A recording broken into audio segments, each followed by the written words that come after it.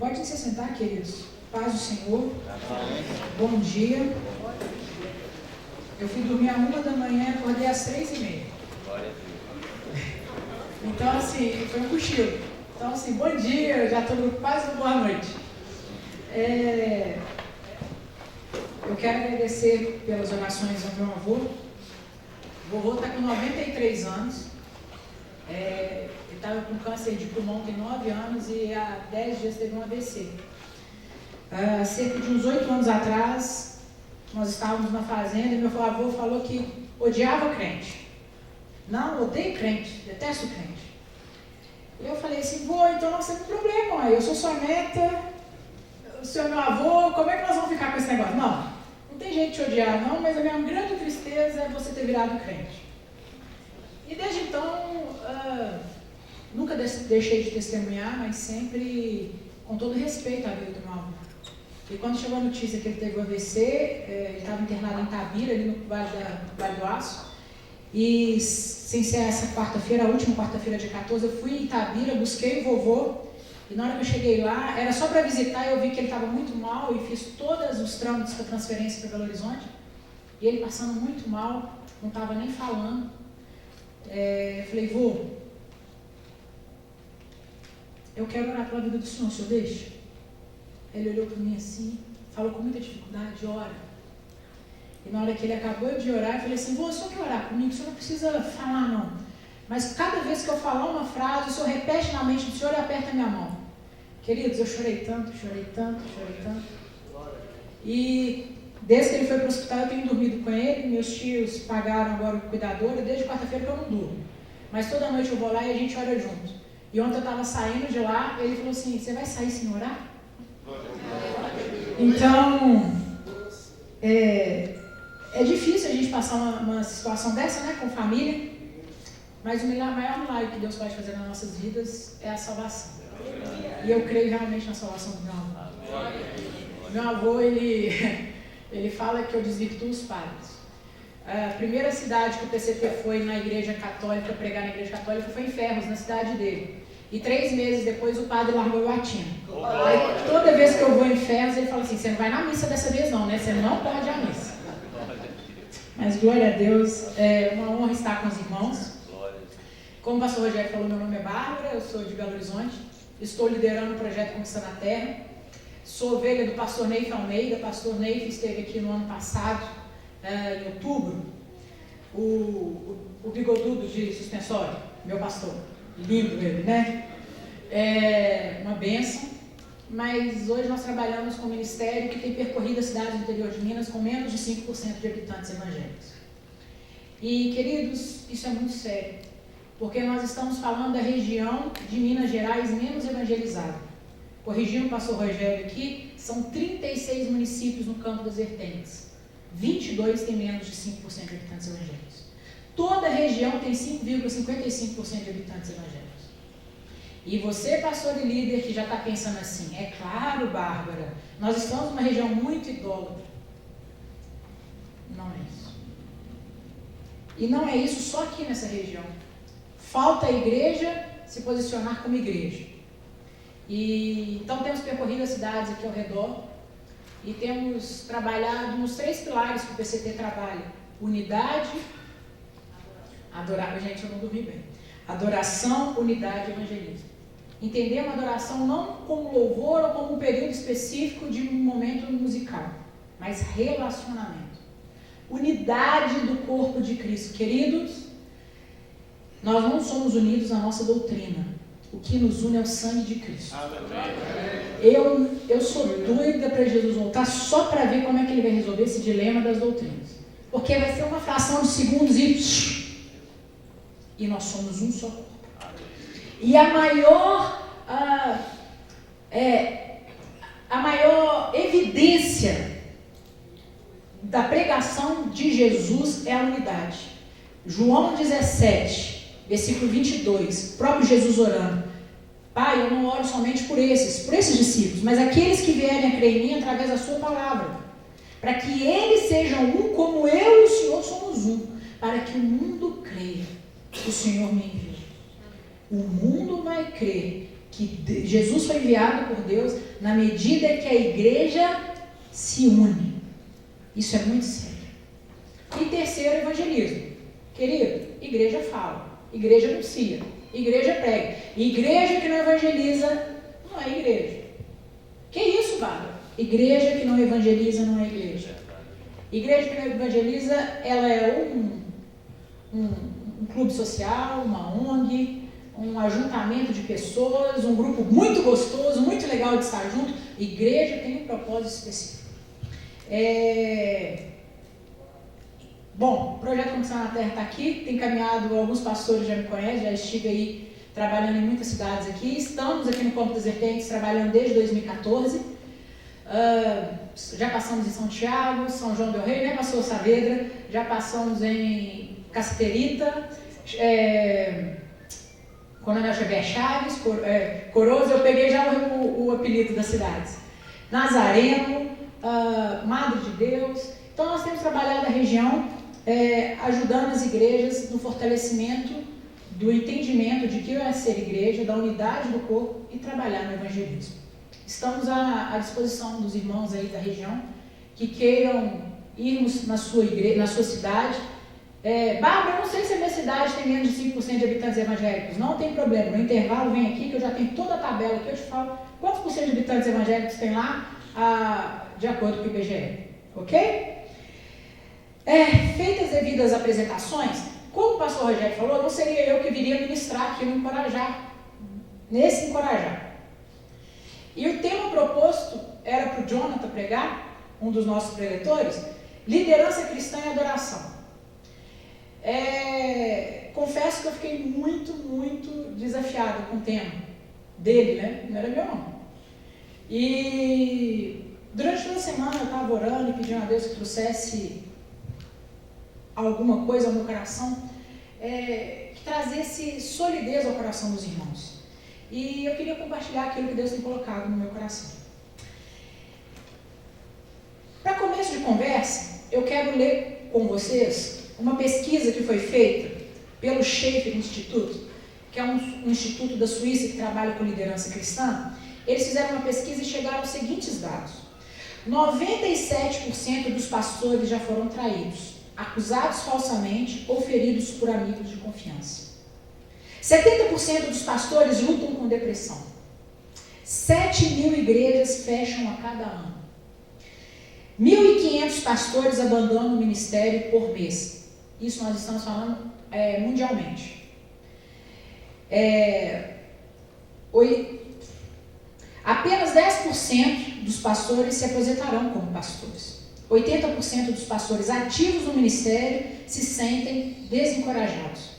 94% da família dos pastores sentem peso do ministério. 78% dos pastores não têm amigos íntimos. 90% dos pastores afirmam trabalhar entre 55 e 75 horas semanais. Uau! Todo mundo ficou assim, né? Boca aberta. Se nós pensarmos sobre liderança, ontem eu fiz uma pesquisa de Ibope rápida na minha biblioteca. Eu tenho uma biblioteca no meu quarto que tem cerca de uns 200 livros. E rapidamente eu dei uma olhada nos títulos dos livros, entre psicologia e teologia. Eu sou psicóloga, e eu encontrei 18 livros sobre liderança, que eu já tinha lido. E parando para pensar, muito daqueles livros que eu li, uma coisa que nós temos assim, em comum entre os autores que falam sobre liderança, tanto no contexto externo da igreja quanto dentro da igreja, liderança é influenciar. Influência é a palavra que define liderança hoje. E eu peguei uma citação na internet que eu gostei muito dela, que ela resume tudo. Liderança é a arte de dirigir pessoas, atraindo seguidores e influenciando de forma positiva mentalidades e comportamentos. Trabalhando em RH, recursos humanos, para uma empresa, quando nós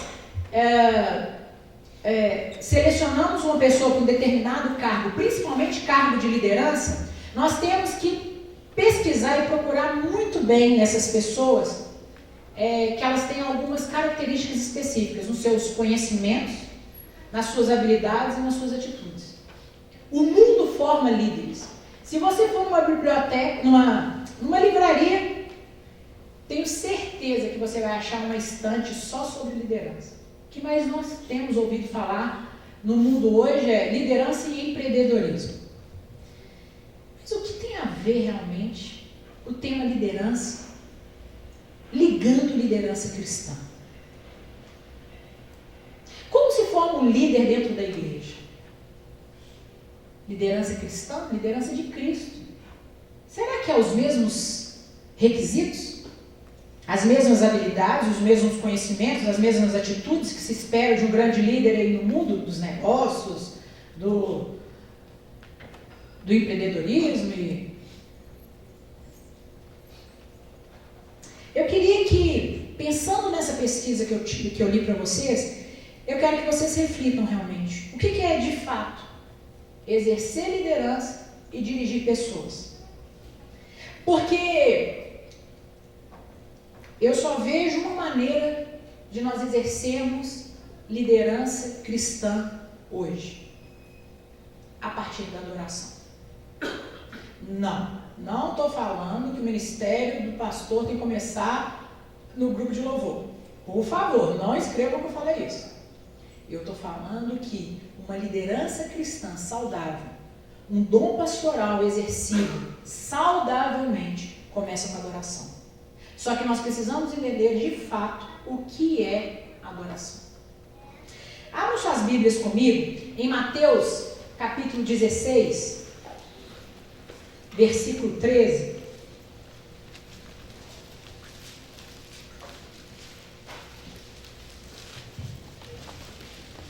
Eu vou te pôr para pregar na próxima vez. Discípulo é uma bênção, tá vendo? Só de falar o texto, eles já sabem sobre o que eu vou falar. Mateus 16, versículo 13. Chegando Jesus à região de Cesareia de Filipe, perguntou aos discípulos: quem os homens dizem que o Filho do Homem é? Eles responderam: alguns dizem que é João Batista, outros Elias e ainda outros Jeremias, um dos profetas. E vocês? Perguntou ele. Quem vocês dizem que eu sou? Simão Pedro respondeu: tu és o Cristo, o Filho do Deus vivo. Respondeu Jesus: feliz é você, Simão, filho de Jonas, porque isso não lhe foi revelado por meu sangue, mas por meu Pai que estás no céu. E eu lhe digo que você é Pedro, e sobre essa pedra edificarei a minha igreja, e as portas do inferno não poderão vencê-la. Eu lhe darei as chaves do reino dos céus. O que ligares na terra será sido ligado nos céus. O que você desligar na terra terá sido desligado nos céus. Há uma regra de hermenêutica, e falar com pastores, queridos, não sou teóloga, tenho certeza que vocês aqui me põem no bolso. Mas eu gostaria que vocês refletissem sobre isso. Existe uma regra de hermenêutica que fala assim: preste bastante atenção quando você vê o termo pela primeira vez na Bíblia. Quando o termo, uma palavra, aparece a primeira vez na Bíblia. Primeira vez na Bíblia que aparece a palavra igreja é nesse texto. Aqui é a primeira vez que é inaugurado o termo igreja. A igreja nasce de uma revelação. Igreja nasce do entendimento dado pelo próprio Espírito de quem é o Cristo. Igreja não nasce de cabeça de homem algum. Igreja não nasce de regras humanas, de conceitos de empreendedorismo, não nasce porque você é um grande animador de palco, ou você tem um grande poder de exercer influência. Não. Igreja nasce porque Cristo foi revelado a pessoas. Isso é muito sério, porque aqui está a chave do dom que é exercido da liderança cristã. Seja você pastor, seja você mestre, seja você evangelista, seja você líder do grupo de louvor, seja você A irmã, eu falo que é o grupo de intercessão do PCT, as irmãs do Cóccus Fumegante. Seja você a líder do ministério de intercessão. Liderança não vem dado por pessoas. Nasce da revelação de quem é o Cristo. Isso é muito sério, e Paulo vem nos falar sobre isso em 1 Coríntios 12. Gostaria que você abrisse sua Bíblia lá. 1 Coríntios 12, versículo 1. 1 Coríntios 12, versículo 1.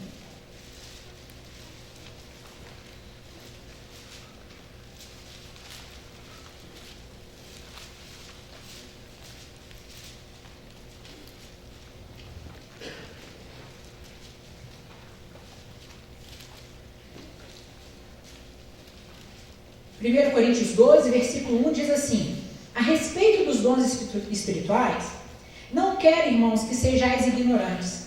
Sabeis que outrora, quando erais gentios, desejáveis conduzir-vos aos ídolos mudos, segundo eres guiados. Por isso vos faço compreender que ninguém que fala pelo Espírito de Deus afirma: anátema Jesus. Por outro lado, ninguém pode dizer Senhor Jesus, senão pelo Espírito Santo.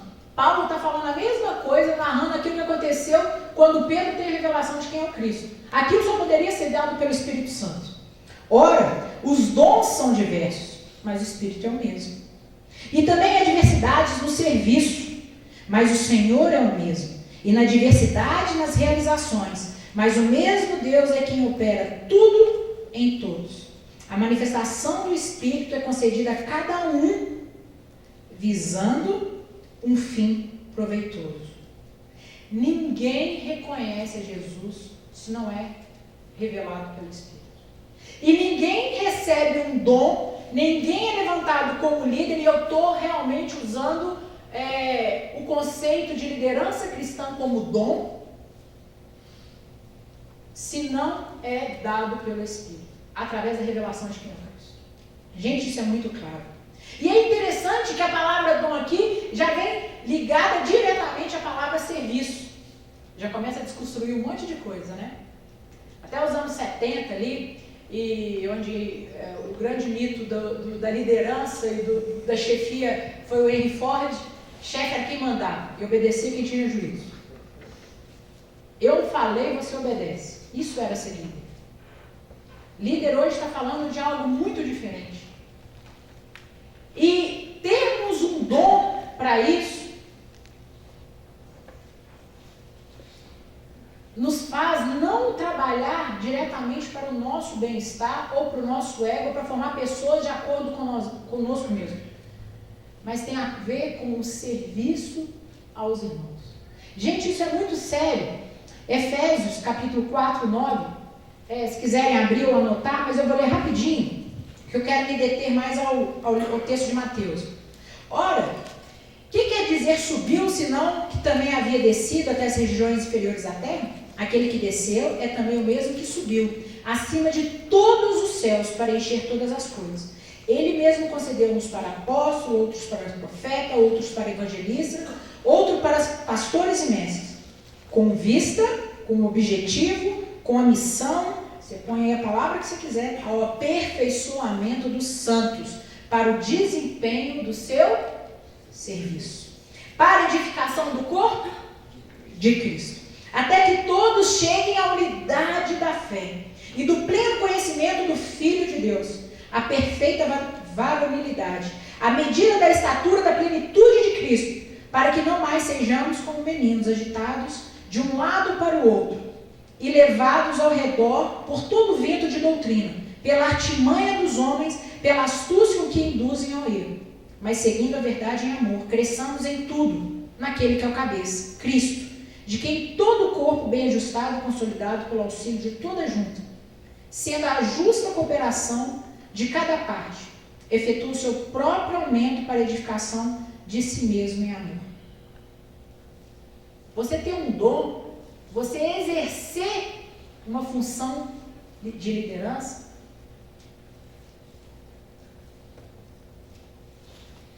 existe um objetivo nisso. Querido, até no mundo liderança tem um objetivo. Todo líder tem um líder maior que está cobrando alguma coisa. Não tem. Se você é um gerente de vendas, no final do mês você tem que cumprir metas. Se você é um gerente de logística, no final do mês você tem que estar com o seu estoque organizado e ter distribuído sua produção. Se você é um diretor financeiro, no final do mês as planilhas têm que estar todas organizadas, mostrando os lucros para o patrão. Liderança cristã é diferente. Porque o Senhor não é homem algum, a não ser o próprio Cristo. O que Paulo fala aqui. Pedro mostra de onde vem a revelação da igreja. E Paulo, nos dois textos, tanto em Coríntios quanto em Efésios, ele fala da revelação do Cristo dando dons através do Espírito Santo. Pastor, isso precisa ficar muito claro na tua cabeça. Obreiro, evangelista, missionário. Você está onde você está, porque você foi colocado por Deus. E você deve responsabilidade e prestação de contas a Ele. Você vai ser cobrado. Não é através da força do teu braço. E isso eu quero que vocês entendam muito bem, que Deus tem colocado isso no meu coração, voltando ao texto de Mateus. Mateus 16, vai lá no versículo 17. Quando Pedro fala da revelação de quem é o Cristo, Jesus responde: feliz é você, Simão, filho de Jonas, porque isso não lhe foi revelado por carne ou sangue, mas pelo meu Pai que está nos céus. Revelação. Você só é igreja se o Espírito te revela quem é o Cristo. Igreja não é ideia de homem algum. Eu estava falando isso com o pastor Rogério aqui no começo. Gente, eu acho Deus criativo demais. Que a última coisa na vida que eu ia ter criatividade era para inventar a igreja. Já que o negócio dá tanta confusão? Fala a verdade. Gente, eu nunca vi um negócio para dar tanta bagunça, tanto trelelê, que é o tal da igreja. Vocês já pensaram nisso? Vocês viram os dados da pesquisa que eu li para vocês no começo? A última coisa na vida que um homem, em pleno poder das suas faculdades mentais, ia querer na vida é mexer com a igreja. Gente, esse negócio dá problema demais. Igreja não é instituição humana. Igreja nasce, e eu quero que isso fique bem claro na sua cabeça, para você entender a responsabilidade do que é isso. Porque é muito fácil estarmos aqui no momento do louvor, levantarmos as nossas mãos e falarmos: Jesus, tu és maravilhado, extasiado eu fico ao ouvir seu nome. E na hora de tomar decisões importantes da nossa liderança cristã, Cristo é colocado de lado e peraí, nós temos que pensar nos números. Vamos pensar numa forma de atrair mais pessoas. Opa, que liderança cristã é essa? Onde ficou a revelação do Cristo?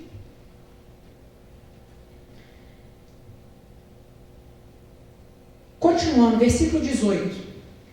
Jesus continua falando com Pedro. Depois que ele fala que ele é bem-aventurado por ter tido a revelação de quem é o Cristo, ele fala assim: olha, e eu lhe digo, Pedro, que você é Pedro, e sobre essa pedra edificarei a minha igreja. Quando temos a revelação de Cristo, entendemos o que é a igreja, nós temos revelação da nossa própria identidade.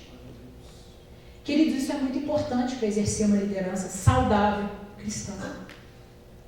Eu falo isso com toda a dor no meu coração pela profissão que eu exerço. Existem várias outras pesquisas aqui que falam tanto de pessoas que saem da igreja machucado com o pastor, que brigou com não sei quem, blá blá blá.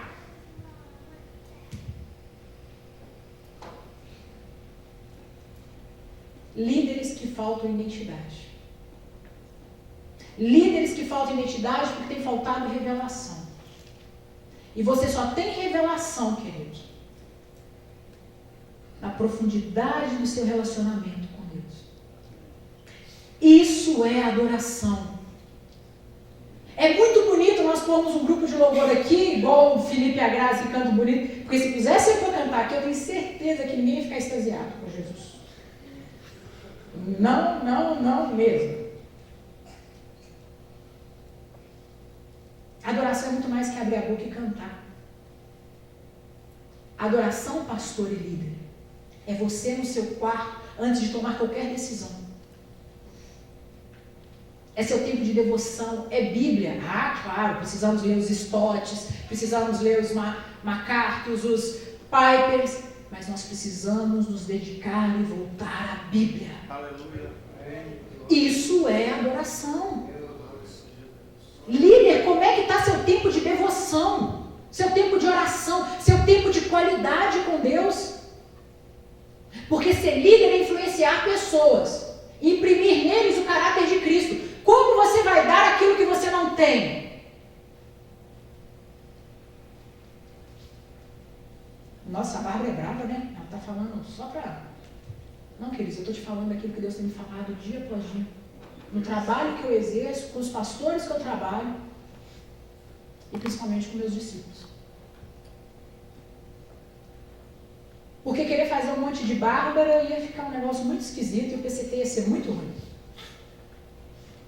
E nós só podemos exercer igreja à medida que cada um, na revelação de quem é o Cristo, sabe quem ele próprio é e entende o valor do seu serviço. É isso que Jesus continuou falando para Pedro. E eu lhe darei as chaves do reino dos céus. O que você ligar na terra será sido ligado nos céus. O que você desligar na terra será sido desligado no céu. A revelação nos dá autoridade e poder para exercer o dom no reino. Presta atenção. Você exerce serviço e o seu dom no reino. Como assim, Bárbara? E minha igreja? Versículo 18. E lhe digo a sua identidade, Pedro, e sobre a revelação de quem eu sou, eu edifico a... O que é que Jesus falou? A minha igreja. E por que a gente ainda briga falando da minha igreja é melhor que a igreja do outro e vira a confusão toda? A autoridade está aqui no versículo 19 para o reino do céu.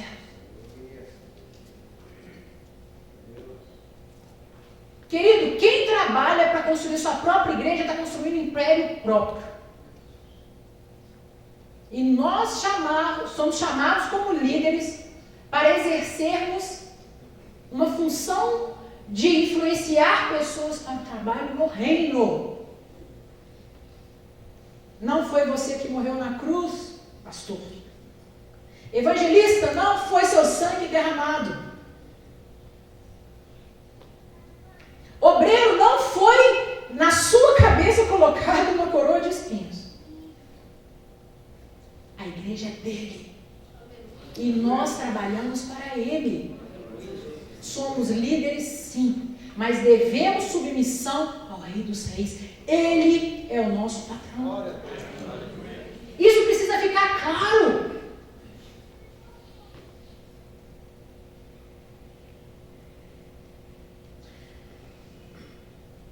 Abre comigo em João 21, 15 e 18. O bom de pregar para pastores e líderes é que a gente pode abrir muito a Bíblia, que todo mundo sabe abrir a Bíblia muito, né?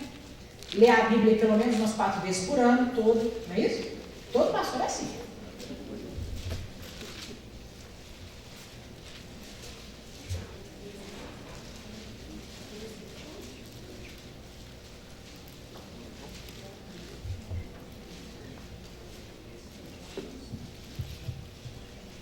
João 21, versículo 15.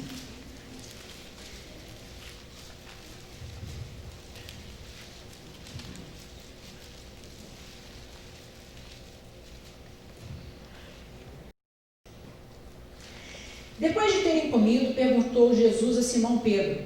Esse aí é o mesmo Simão Pedro, no capítulo 16, que teve revelação de quem é o Cristo. Simão, filho de João, ama-me mais do que a estes outros? Pedro respondeu, sim, Senhor, tu sabes que te amo. E ele disse, apacenta os meus cordeiros. Tornou a perguntar pela segunda vez, Simão, filho de João, tu me amas? Ele lhe respondeu: sim, Senhor, tu sabes que eu te amo. Disse-lhe Jesus: pastorei as minhas ovelhas. Pela terceira vez, Jesus lhe perguntou: Simão, filho de João, tu me amas? Pedro entristeceu-se por ele ter lhe dito pela terceira vez: tu me amas. E respondeu-lhe: Senhor, tu sabes todas as coisas, tu sabes que eu te amo. Jesus lhe disse: apacenta as minhas ovelhas. Irmãos, vamos fazer uma retrospectiva rápida do capítulo 16 ao 21, o que aconteceu com Pedro? Pedro se levanta com intrepidez, olha para o Cristo, olha para Jesus e fala: tu és o Cristo, filho do Deus vivo. Na hora que os soldados vêm pegar Jesus ali no jardim do Getsêmani, Pedro, forte, poderoso, pega uma espada e... Gente, eu não conheci Pedro não, mas pelo que eu já li dele, eu duvido que ele estava mirando na orelha. Aquele soldado, ele teve a sorte de ter pegado só na orelha. Porque ele estava mirando era o pescoço. Valente. Jesus não luta pelo Senhor. Jesus foi preso. Todo mundo, ó.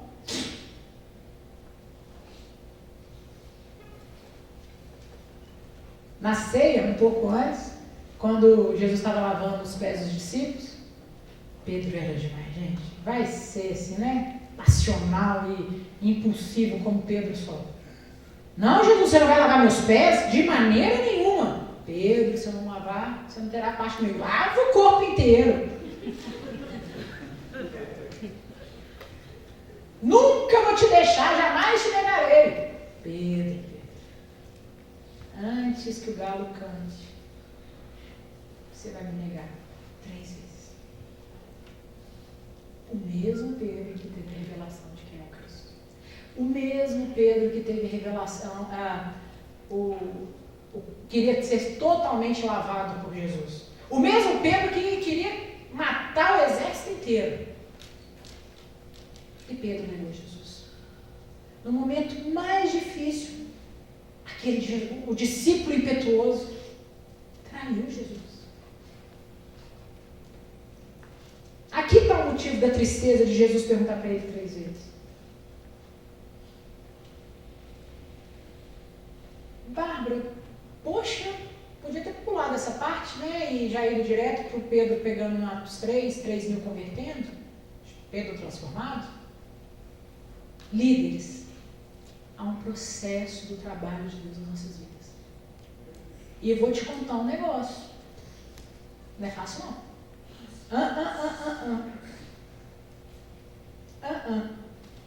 Mas não mesmo. O Felipe falou dos pastores de cabeça branca. Eu falei assim, agora eu já assumi também, porque não tem jeito. Sabe por quê, queridos? Nós não somos talhados em faculdade nenhuma do mundo. Nós somos desenvolvidos com nenhum expert. Mas nosso caráter é forjado no quarto, no relacionamento com Deus. Isso é adoração. E vai ter os momentos, como Elias, que você vai, acabar com os profetas de Baal. Mas de repente você vai olhar para uma mulher e falar que líder deprime. Mas o que sustenta é o relacionamento com Deus. Foi Deus que foi tirar Elias de dentro da caverna. Líder cai, líder peca. Foi isso que aconteceu com Davi, quando ele achou que precisava de umas férias e ficou passeando lá pelo palácio. E viu o que não devia ver na hora errada. Mas só um líder que tem um relacionamento com Deus, quando é confrontado, se arrepende e cai de joelhos. O que faz diferença é o relacionamento, queridos. Queridos, líderes são desafiados. Pensa Moisés, aquele monte de Sinai. Eu voltar para ele. Você ficou doido, Deus. Você faz sarsadeira, mas você não sabe o que é aquilo lá, não. Imagina o desafio que foi dado. Gente, imagina... gente, eu nunca tive um desafio desse não, mas eu já fiquei sem noite sem dormir com coisa bem menor. Imagina Moisés. Com o tamanho do desafio que foi dado a Moisés. diante daquele baita empreendimento que ele tinha? Relacionamento com Deus. Ele parava tudo e subia para o Monte Sinai e deixava lá embaixo. O próprio Jesus, para montar sua equipe ministerial. Quantos pastores e líderes não pensam assim, não, para eu crescer eu preciso ter pessoas junto comigo, eu tenho que escolher os melhores. Gente, Jesus orou a noite toda e ele escolheu, olha, Pedro, Tomé, Judas,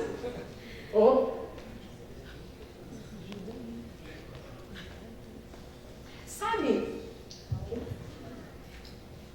perdoem a palavra, mas uma desgraça que a teologia da prosperidade trouxe para os nossos dias foi que nós temos que ser bem-sucedidos em tudo o tempo todo. Efésios fala que o dom vem por um fim proveitoso. Sermos aperfeiçoados à plenitude de Cristo. Como Cristo foi aperfeiçoado? Me conta. Na cruz. Sofrimento. E nós, líderes bonitões, bacanões, que é isso, eu vou sofrer?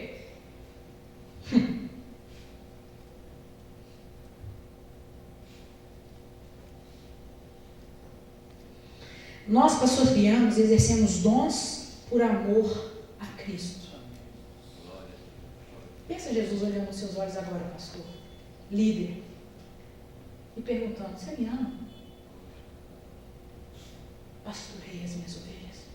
Cuida das minhas ovelhas. Pastorear, apacentar quer dizer dirigir ao pasto. Pastorear quer dizer conduzir e vigiar no pasto. E Jesus deixa muito claro, pastorei as minhas ovelhas. Você vai ter todo o trabalho, você vai ter que influenciar, você vai ter que cuidar, você vai ter que limpar, tirar o carrapicho, você vai ter que lavar. Mas as ovelhas não são suas, as ovelhas são minhas. Toma cuidado que você faz com elas. São as minhas ovelhas. Foi o meu sangue derramado. São ovelhas muito preciosas.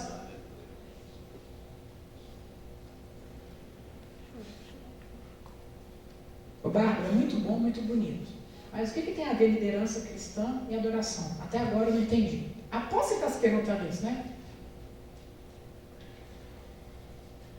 Se nós partirmos da criação do homem lá atrás, o que os teólogos falam da antiga eternidade passada, existia um Deus trino que se relacionava perfeitamente entre ele, Pai, Filho e Espírito Santo.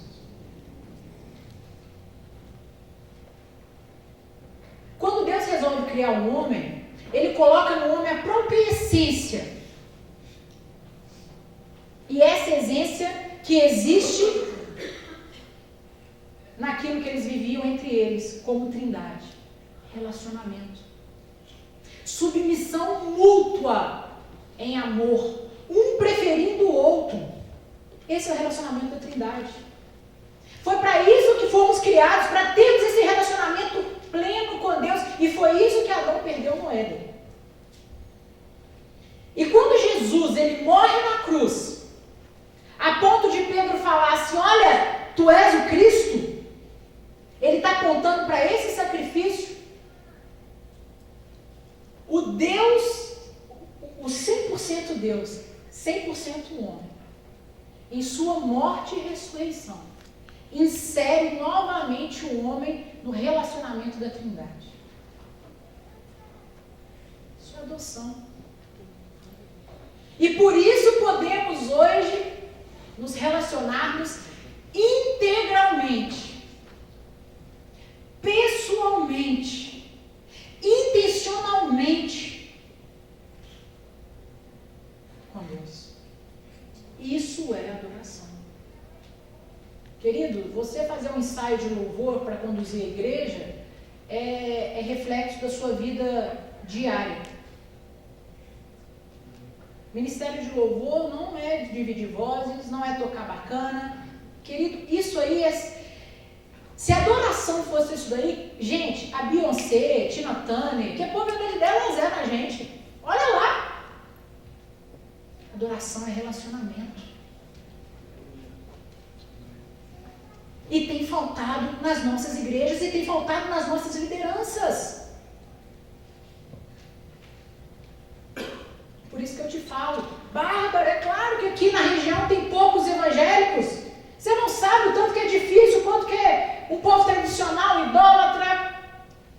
Igreja, a autoridade já foi dada. A autoridade está na revelação. As portas do inferno não prevalecerão contra a igreja. O que ligares na terra será sido ligado no céu. O que desligares será sido desligado. A igreja tem autoridade. Tem faltado revelação.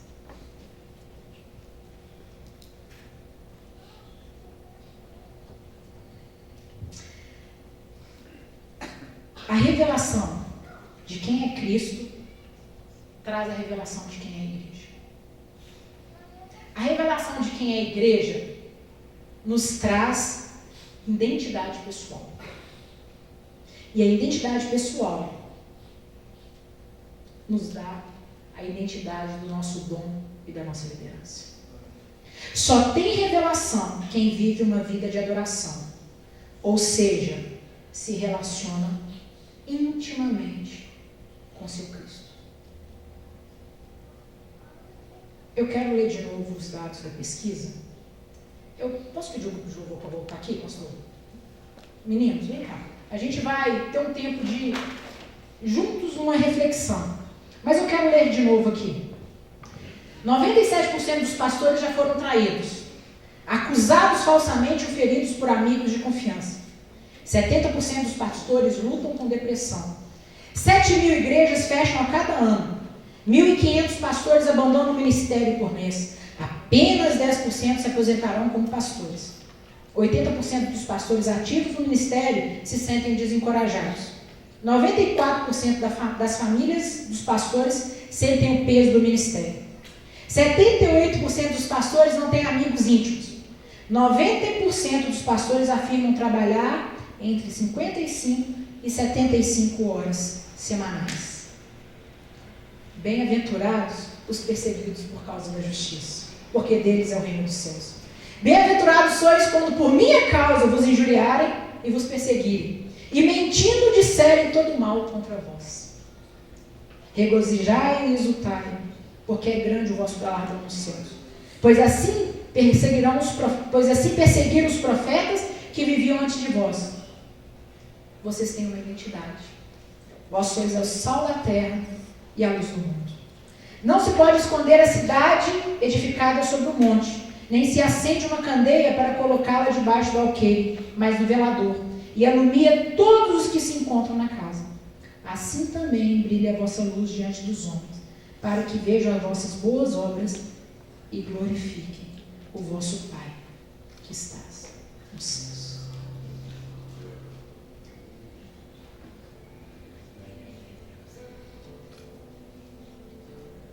Eu quero te encorajar, líder e pastor. O que foi te dado é um grande privilégio. Esse tipo de pesquisa que tem aqui é as mesmas pesquisas que tem dentro de organizações para clima organizacional e cultura de empresa. O reino do céu é diferente. As medidas são outras.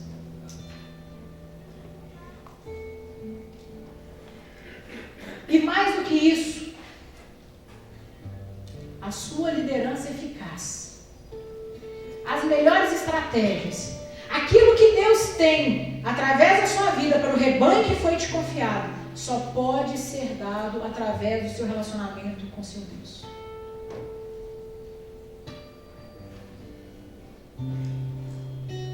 Campo das Vertentes é a região menos evangelizada em Minas Gerais. E aqui no mapa da sua frente, você pega aqui do lado, sul de Minas, segunda região menos evangelizada. E do lado de cá, você pega a zona da mata, a terceira região menos evangelizada. É hora de transbordar para a direita e para a esquerda. É hora do relacionamento de líderes que realmente vivem intencionalmente sua devoção com Deus venham se manifestar em frutos que permaneçam. Assim é medida a eficácia de um líder, o produto do seu trabalho. Frutos que permaneçam. Mas deixa eu te dar uma dica. É só no grande dia que você vai ver qual que é os frutos que permaneceram. É assim que ele nos fala. Suas obras vão ser queimadas pelo fogo. A palha e o feno vão se queimar. Mas o ouro, que foi precioso, que você fez realmente para Cristo, vai permanecer. E você vai ser galardoado. Você vai ser recompensado. Você vai falar assim: uau, valeu a pena.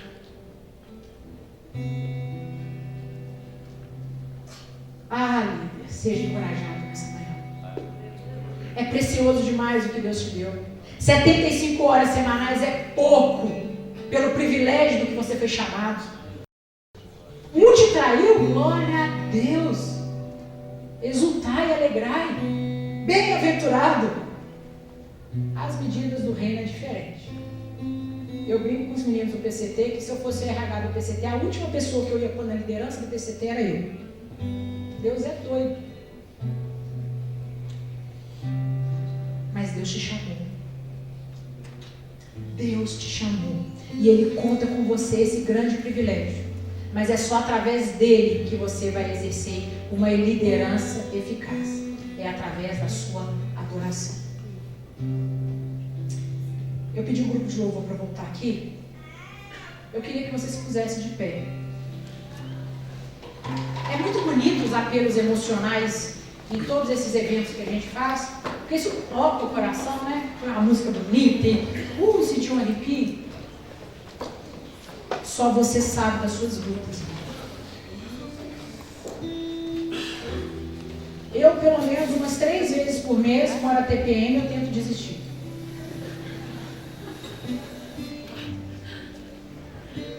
Confesso. Não tem sido fácil, não tem. Mas não tem nada na minha vida que vale mais a pena do que viver o propósito que Deus me deu para fazer. Glória seja Deus. E nessa manhã eu gostaria de te encorajar que você entenda que o dom que foi colocado sobre você só pode ter vindo de Deus. Porque só o Cristo podia ter sido revelado a você pelo Espírito. Você precisa nele se fortalecer em identidade para entender o propósito do seu serviço. Então, quando o grupo de louvor ministra uma música, eu não vou orar, não vou fazer apelo para você vir aqui na frente, esquece. Você vai orar aí com o seu Deus e vai falar: Deus, está tudo errado. Eu tenho gastado mais tempo em reunião do que tempo com o Senhor. Deus, eu tenho lido mais autores do que gastado tempo em ler a Bíblia. Deus, eu quero viver uma vida de adoração no dom que o Senhor me deu. Eu quero de novo, e de novo, e de novo, manhã após manhã, pôr o Senhor em prioridade na minha vida, no meu ministério, na minha liderança. Comece a orar agora ao Senhor. Querido, não fica passivo, não. Permita que o Espírito de Deus traga a revelação sobre a sua vida nessa manhã.